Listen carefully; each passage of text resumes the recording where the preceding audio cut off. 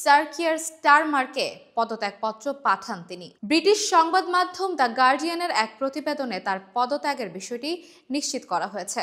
পদত্যাগপত্রে tulip তার বিরুদ্ধে ওঠা অভিযোগ এবং প্রধানমন্ত্রীর স্বাধীন পরামর্শকের দ্বারা তদন্তের প্রসঙ্গ উল্লেখ করেছেন। টিউলিপ দাবি করেন, তার বিরুদ্ধে যে তদন্ত হয়েছে তাতে মিনিস্ট্রিয়াল ওয়াচডগের উপদেষ্টা লরি ম্যাগনাস কোনো প্রমাণ পাননি যে তিনি মন্ত্রিত্বের নীতি ভঙ্গ করেছেন। টিউলিপ লিখেছেন, আমি সম্পূর্ণ নির্দোষ এবং সরকারের কাজে কোনো বিঘ্ন ঘটাতে চাই না বলেই পদত্যাগের সিদ্ধান্ত নিয়েছি। তিনি আরও উল্লেখ করেন, যখন আমি মন্ত্রী হয়েছিলাম তখন আমি আমার পারিবারিক সম্পর্ক এবং ব্যক্তিগত স্বার্থগুলো সরকারের কাছে প্রকাশ করেছিলাম।